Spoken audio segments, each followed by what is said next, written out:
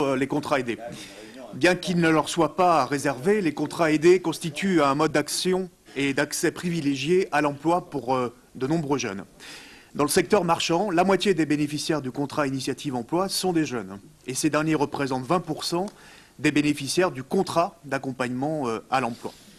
Ces contrats aidés jouent un rôle crucial au service de la vie associative, en particulier dans les quartiers défavorisés, mais aussi dans la bonne marche des services publics assurés par les collectivités locales ou l'éducation nationale. En fin d'année 2010, votre politique erratique de stop and go concernant le nombre de postes disponibles pour de nouvelles embauches ou des renouvellements a eu des conséquences très déstabilisantes pour les structures employant ces contrats aidés.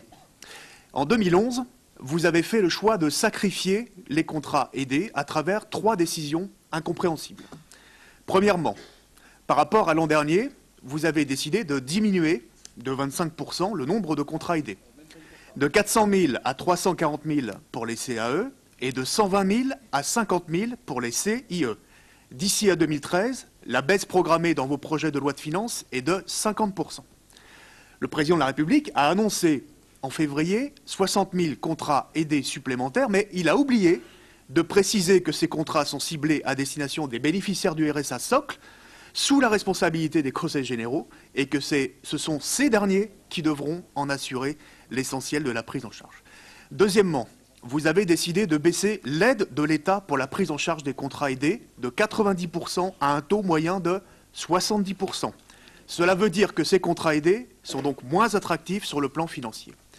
Troisièmement, et enfin, vous avez décidé de réduire la durée des contrats aidés, qui pour l'essentiel aujourd'hui sont ramenés à 20 heures par semaine pour une période de 6 mois, souvent non renouvelable, ce qui est un non-sens par rapport aux objectifs de formation et d'accompagnement pour les bénéficiaires, mais aussi une aberration pour le fonctionnement au quotidien des structures qui accueillent ces contrats aidés et qui n'ont pas une visibilité suffisante de leur avenir.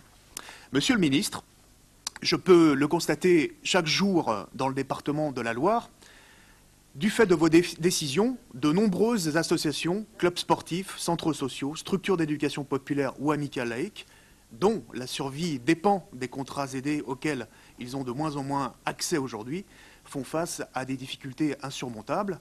Qu'allez-vous faire pour répondre aux cris d'alarme de ces acteurs associatifs de terrain? Monsieur le ministre, vous avez la parole. Quelqu'un aurait pu me glisser, c'est pas tout à fait faux, mais moi je dis que c'est pas